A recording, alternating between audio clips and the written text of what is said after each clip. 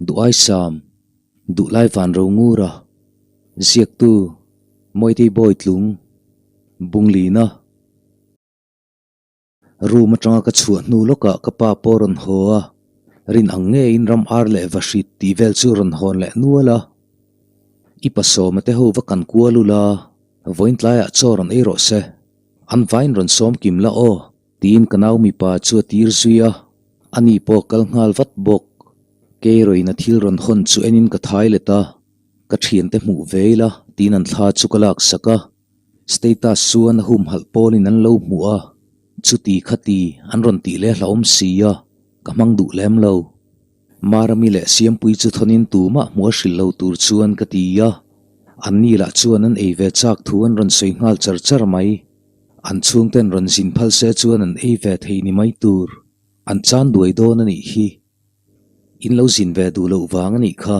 ka ti chu an lana dun ngang mai ngota che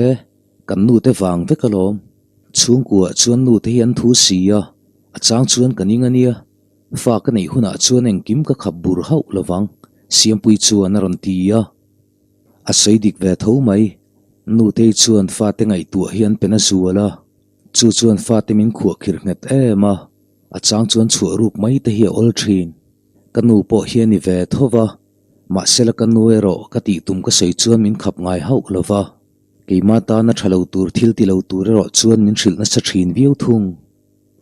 kanau ron let nu loka cho ein choi khama ka pa thil lo o ho cho mul te kan pot zuya paso mate ho pon ron lang har lo kan vai chuan in fiam pa in kan pot hoa ka aizol ho vel chu min fiam le thin ka pa thian te an ni ya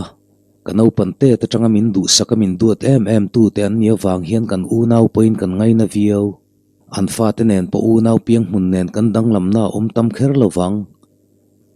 voin chu kan fe theiri don lo ani mela poipo ka ti lo kan chol rei ve don tho nen fe na hun chu kalanga viau tho ni leng chuan inain khungin kan nui le dar dar thina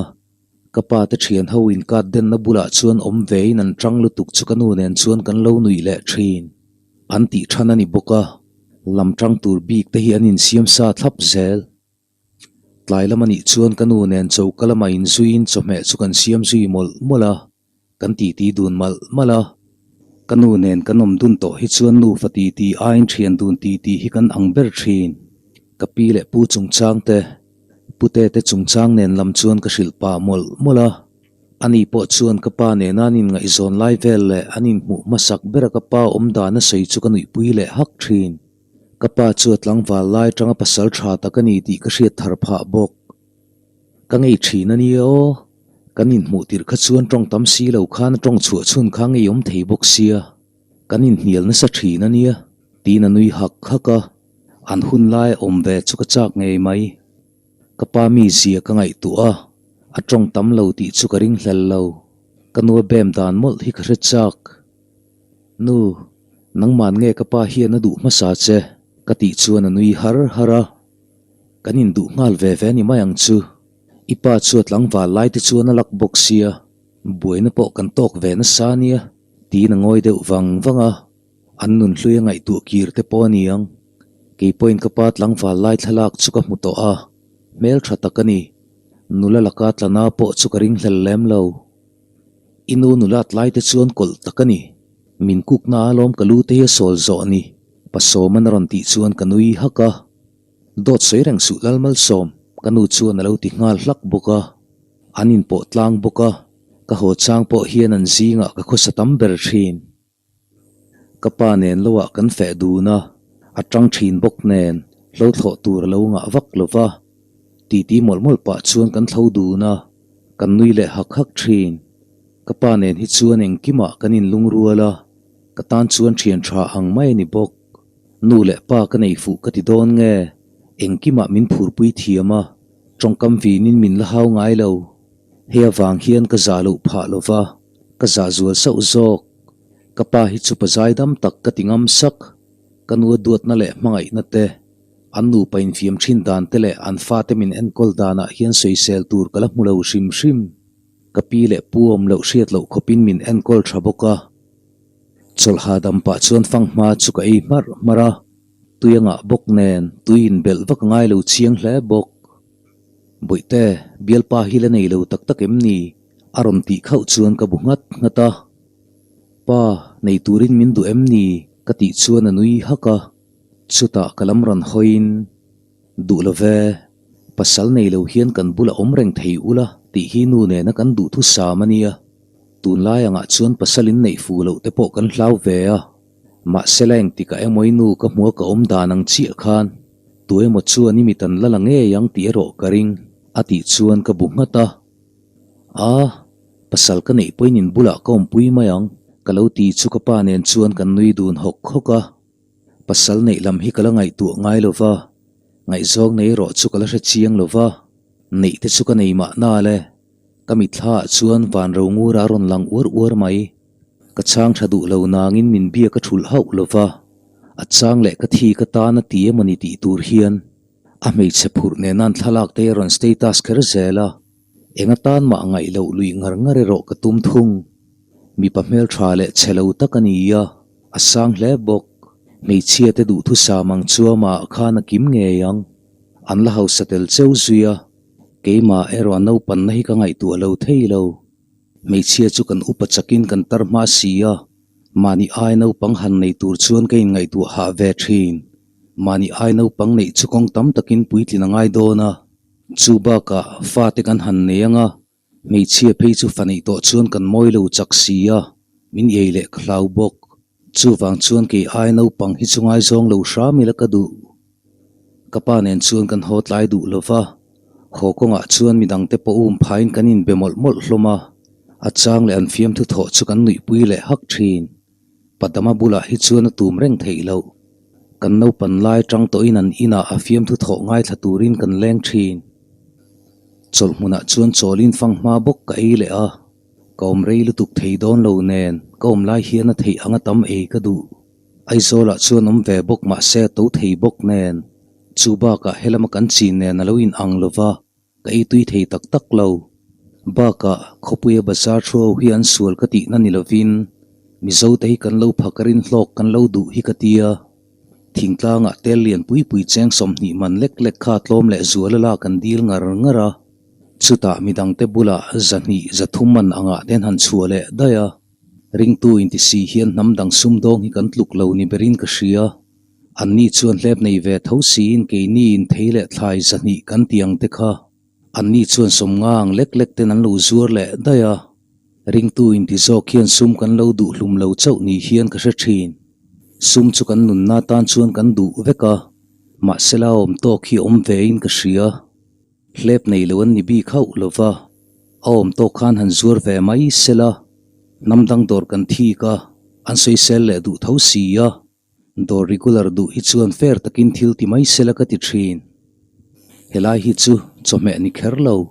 bungru ale engemo thomno ti vela te po hian ani khop mai online thil cha thei kan mo tang hian a hriat khopani dor tam taka hi chuan a thlep engemo za thian hlep thin tam tak hi chuan lak na zat bor vel hriat puin nei ve thovin karing mizorama hi chuan a to u chuak ma to thina ni tiro soitreu te po chak oma ma se du tok taila in kan thlenga kanau te ho chuan min lo bor le nak nak to a kan thlai hon ho chu phorin kanu chuan min lo buai pui mol mola kan unau hi pali kan ni ya kan te ber phei chu kum saria pum ve or chawani kan la chang che ve viu mai choya chung kwa kan ti mol mol line kanu chu tho thu tin toilet ta wa wak zui that thata kapa te nen chuan kan in en kwal shek shek mai soitong in kanu le pa te hen la upalu tuk lova nau pai le ani karing pa anu chu rai nianga no te kan nei le do ne kanau chi na ron ti chuan ka pa po chu nui suk suk mai ke point nau nei le chu ka chak reng u nau tam reng reng chuan tet line en kol han har sa deuh thin ma sela an puitlin nuwa nu le pa tan ha dam na an ni thin ti an soya kan khomi te ngei din hun en po hian a dik karing an u nau in a then ram dang an oma a then an in hlo reng thei boka tuna chuan kan khuwa mi om thei beran ni hi alang chu kanau kim kim po tuna chuan ron rol thar tran to boka kanu le pa po ka ngai tu lutuk to bik lo kanu po zun test na ne nan test nuwa rai ngei ti kan hria ta wangin kan lom hlom hle u nau kan la tlem bok nen chutia no te kan han nei le tur chu kan phut la ngei mai chung khat lai na ho in ko khomin lom thu soi na te kan neya kapi le pu te khaladam ve ni sela chuan nuam don hian ka hria sangpui ilo ho ni mo ingai om thin hle mai kaleng ho lam chu Jeremia ka mu hlola chutia kho chung ka mu chumak ka ti sipayania khuwa aron ho ngai zen zen tlat lo kan tlei rol chhotir khan min fiam ve zo zo thina chutia ka mu thut chu ka lai lek lek mai ke ain kumli na uwa ma se kan te te tanga kan ko thina ni wang nge ka u thei to meu lo o ani hi exam chol lai ni boxia ka hun nei lai karon chu ve ni hi nang zok choli laim ni ka ti chuana buhmata thakhat chu khuwa kom to zana karon leng thei ti na ni chu izir na lamit luang mo tin ka bula chuan ron ding hnaya ka en reng ringot diktak chuan a chelo ve a kan tlei rol tir po khan kan star ve thei lutuk chu wang chunge mani engtina mo tak hian kala om tluang chu ni mai katile ringota biak vak dan tur ka shelo azam om ve em bokani email thazul sotani hi khopui nula tak tak ho ne nin dang lamna om to hleine ati chuan kanui ringota chan dan tur ka sheder lo sipayani boka asa chuamuk trala thau chuang bang mu turom hau lo bok tuna chuan nula tak tak kilo ni ve to a kan bem ngam ve to ang che chu aron ti chuan hoi chuak zokin ka en zuya min lo en ve renga wang chuan hnuai lam ka en le daya kan ho phutange kanu ten min lo ngai tu to ang tin ka kal san zuya ami chan na po ka ngak man to lo atlani na ni ka tlan ho nal nal ni kalung phu aranga chuan ka zak tak zet bok tleirol lai star to chuan tu na po danglam na chumin la thlen chiang alom asoyang tak takin zana chuan ron leng tange ya ama lo point leng ka nei nual mai thingpui chu sem zung zung in ti thi phung leng kan soi hoa kan nui le hak thin pathloi ron leng ve an nom bok nen za mo deuh ni si fiam thu deuh reuh bok si hian an ti ti le thina mei chetan chuan lo nui pui lo soi pui ve vak chi po ni lo mi paho hi chuan an lom zong hi in ang deuh vekani hi kanu le pai ro room an mulut to a an muthile ro coloring lo kanau te pon mulut diaka le khan zirpa buka kain leng te po chu kanau te le khazira wangin thombeng cheng lutuk chuan chu hau lo thung midang churei po leng lovin an ho zui phak phaka Jeremia rol om reng thung eng tak chuti tum ni mo sana ken chuan dar kwa lo rider to a van ro ngura message po lo om le wang to mai ka chang du lem lova alano pang sia alu lul rual le kani ti po ka hai lo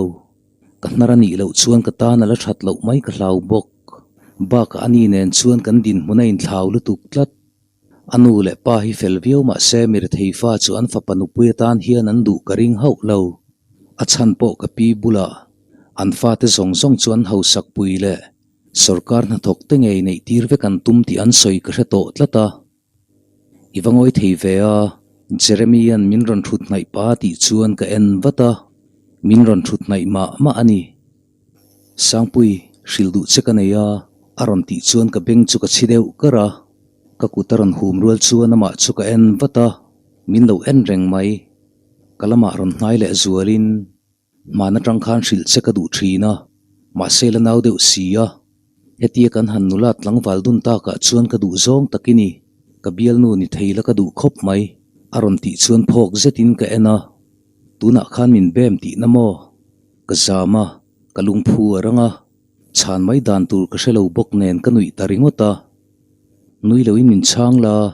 ka bial nu ni turin ka du tak zet che tuna chuan nula puitling takini ve to a he hun hi sin ka lo nga reng ni atile a athu soi chuan min thong dot dot reng tila dikang chuti rual ro chuan ka chung ril lama ama EAB klo na ka nei chu ka hre chiang hle bok mana tanga kalo star mai khani mi awa ma sela tun tut tu ta chan chu ka du hau lo i ala ma tuna kanin mu vele chawani ya katan poin ngai tu photanga yang ngai zong lam hi kalo la ngai tu ngai mi lawania ka ti chuan a buk ngata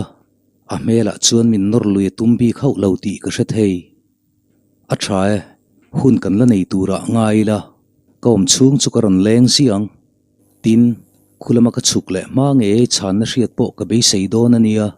ngai zong in ni chuan min hril la i nei lo ani ro chuan i bial pa ni ka du berania aron ti le a nei lo e ma selain ngai tu ve phot te ka du a chu wang jok chuania kaloin ngai tu ve photange ka ti ta ka chuan anui ta var vara thulom omlam ka hriat vat ka be sei ka ho ve photange ani mutuyo tina ding chuak zuya ke po chu tho chuak vein pon thleng chuan ka thla ngai tu na nu bat mai van ro ngu ra ka ngai tua ani ka nar thei nan chuan bial pa ka nei mai hi thadon in ka hrebok ngura thian angin mo om thelom bial pa ka nei ka ti to kha keinen chuan kan kumain thlau lutuk sheom ti viau ma ila ka nar nge nge yangai an la no panga an vei zong vei tlut mai an ni ti po ka hria chu wang nar tang tang chu ka ni keima wanga ril ruan ata thil thalawa ti du mai ro ka hlau hle thung tungai bial pa chu aron ti chuan soi mai tur ka shelo Jeremiah nen la thubul fuk tak kan la soi dun bok si lova katan po tunge han ti fak mai tur an nom bi tlat lo ka thoham hama ril ruain sual boi nuai mai bok tuna chuan ngai zong nei turin kalain pe chi alo nin ka hria Jeremiah po katan chuan a thama ma ti turania sipai ani boka aler churing chi alo ma ila sipai nung chang le mei chelam hlei tak tak an oman ti kalo sheve bok nen rin ngam harsa ka ti bok baka tleirol at lai star mai kha ania tuna tut tut hanin zui chu ka thei point ka ring lo an pani hian nar ve vela thaberin ka hria Jeremiah ka ni pui chuan van ro ngur ril ru an nge yanga Jeremiah la han thlangila engruai kan ni ka ring lo kar hlalu tuk tur ngai zong nei hi ka tum ngai lova ke chuan eng lai po ka mu the om tur ngai zong ka du tungai bial pa ka ti chu tingai sei du mi alo min hril chu harem ni min nar na chan mi pa chu hriat ve ngei ka du aron ti le a ka hril lo chuan ka thu sei chu oi don lo ti po ka hria heta kan khuwa mi Jeremiah nia ke ain kumli na upa boka khuwa pom zen zen lo ti chu ka thona asin topa min chang lo chutrang chuan re tawang wang ti la dik berang Jeremiah ro zantin ron lenga bial panei kala du lo thu ka sei chung point min hlat san du meu lo engkima min ngai saka aron len do na thil min lei saka mang hle bok chuti anga wang ringa ta chan na tha pe ke ro ka tum chuang lo sangpui min du ve lo ti chu the tho ma ila ke chuan ka du viau che sin tuna chuan ke point na ka nei to sheom chuan ka siam hau lawang che min ei bik lo niin ka lo hria a ma sela ka lo hriat sual zok nge moni don ni ati chuan ka nui ringota bial panei tur hian ka lein pe lova baka ke ai tha tam takan omalom ke ni te chueng kan ni lo himo nakina min ning wat mayang ka ti chuan min ron hnai zual sawa aum dan hi huai sarma ma ka ti thin min zuam riau in ka shebok chuta ron kun hiama min ron fo mai tum chu ka hoison wata hetiang chuti lo te ang ka ngai dan ka sei to kha bial panei hi kala duri lo min hre thiam mai ro ka ti le a dik tak chuan tu na hian ka ril ru she om ve tak zet mi ril ru ti nat ka hlau thina ma sela ke ma po ke in ven ve nga ya ka hriat chian em ma ni sela mi pa chuan hriat chian the tak tak si lova baka azia hian min hip lo nge po ka shelo kala kangam patakaron omwang te po hian yang kanel lo riau bok du dang nem ni engwanga min hnial tlat ngei ni a itlei ro lai kha chuan min start thin ti po ka hria a be sei na kalo nei sang ve vio sin ma sei ril ru mak hle mai tin lom vak lo chuan min ena kanui deuh hak ringot tlei rol at lai thil mai mai lom tu point star chu kan nei thianga ma sela kan du burti na poni chuang lova tuna chuan huna in thak danglam ve to a angai ang rengin kan om theilo ti chi hriat ve tho karing ka ti chuan ngoi rau rawa chuta ding chuakin kong kalam chuap pana i hodon emni tin ka tho chuak ve wata abula ka vadin rual chuan ka ho photange be sei bo tura be sei na kalau nei sang ma ani min tha thiam ro ti na chuak zui ta daya ken zui wang nuwa kongka chu kalin karum lampan katuma boite yu Jeremia chui du lowem ni in thu soi kalau hre ve a adu viau chen in kalau hria sin aron ti dam dapa kalau nui hak ringot nu tu na ri chuan ngai zong la nei man po ka ni lo hi le ka zir te po kalanga ya baka ngai zong nei chu buaina tam mai lom in hote nga nga le kha zir tha thei lo kom te ka hlau ve tho alom ka ti chuan ran nui haka ni eng po chu ni se i thin lung hor nging dot theila ton huna chuan i thunun thei phak ba kina zu nai le in tat lut mayang i pa po ti ra chuan ka nar ve tranga du ve reng chung khan ka han nar ve a re ro ka nar theilem lo ti na nui hak haka ke po chu ti tho kapa hi chu tu mei chetan ma nar phal chi ani ka ring lo ve top nu kapa hi tlang wal lai tang na fel viong a tin ru malut mai lo chuan kanu nen kan lein bele ri a chuta han bungat ngatin angi om ve thin ma seni ai fel le thin te ngai saka mi zaidam takhi chun om kher lovang mi pa zaidam takle mangai nanga tak mai hi ania chu wang aniang azuna ka wei na em ni ma sela chang hi chuan ka ngei ve thin ania voi khat phei chu bial nu hluya wangin kan buai ve shrep to mole kalau hriat chian lo lu tuka wangin mi padang kalau nei san trepa ipi tela khan khati lai khan ipa ka nei hian phal lova min kho khir na salom tina nui hak haka nui ma selan nun hluya ngai tu let na chuan na lunga tileng hle ti ka hre thei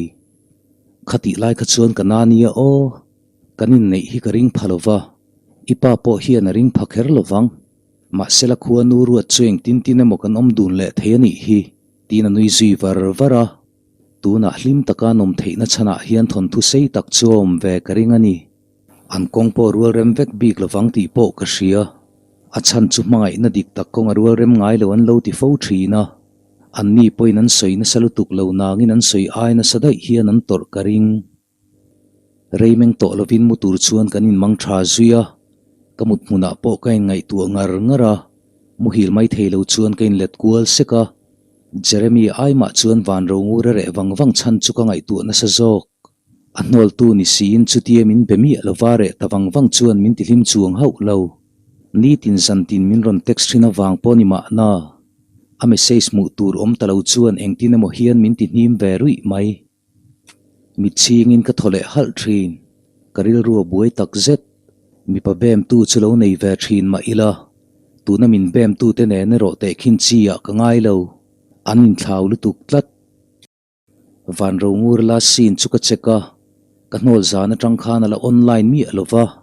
chung te lei chuan min ti om nuam lo keima awanga thil thalo ti ve mai ka hlau ru boxi tinge mo min lo du kher le ka hnial tur khan la om mai sela tha sin le kaning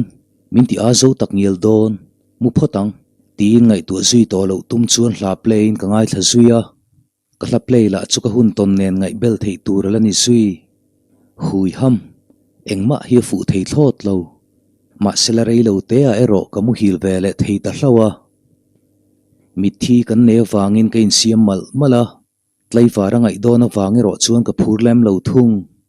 kanau chi hi kumatlin to wangin ama nen chuan kanin zui chuaka kanau le van ro ngur anin rual chia chu wangani ma na mia bem po khan keima danglama siama makti nain ka khat bok kanau chuka ena ani phei chu kum upave wai to ma sela in chunga chuan no te ang mai na la khosania van ro ngur poeng ruai ni karing bik lo mithin kan thlen chuan mi an lo om nual to a tlai var tur kan nia wangin kal ma du lavindar somvela kan kal chawa thalai ro an lo tam man phian tho mai chuta Jeremia chu khoi lama tangin nge ti po hriat lo hian ron lang thuta in ron thleng to mo lutila aron tia kabula din tak tla tawang chuan nar chi ni hek lo bungatin ma ka hruaya kanawe ro ina thian te mo wangin min kalsan daya awan ha thlak tak Jeremy nen chau kan lu chuan kan kho hoin ngai dan maksak pui an lo nei le ka hlau boxi kan inaron leng ringot ma lo soi dara in ngai zong chu amin chu to ma ti na kalain chutia hanin zui le chuan nuam fashan lo khop mai ti thei dang om hek lo le kun deuh chal chung chuan ma hruain in chung kan luh rual chuan rin ang nge in min lo mel thap hloma hoi kual devin hnung lam thutna la ol ka hmuh chuan kalom kher mai pan vatin ka thu zui ta vata ka tho huai mai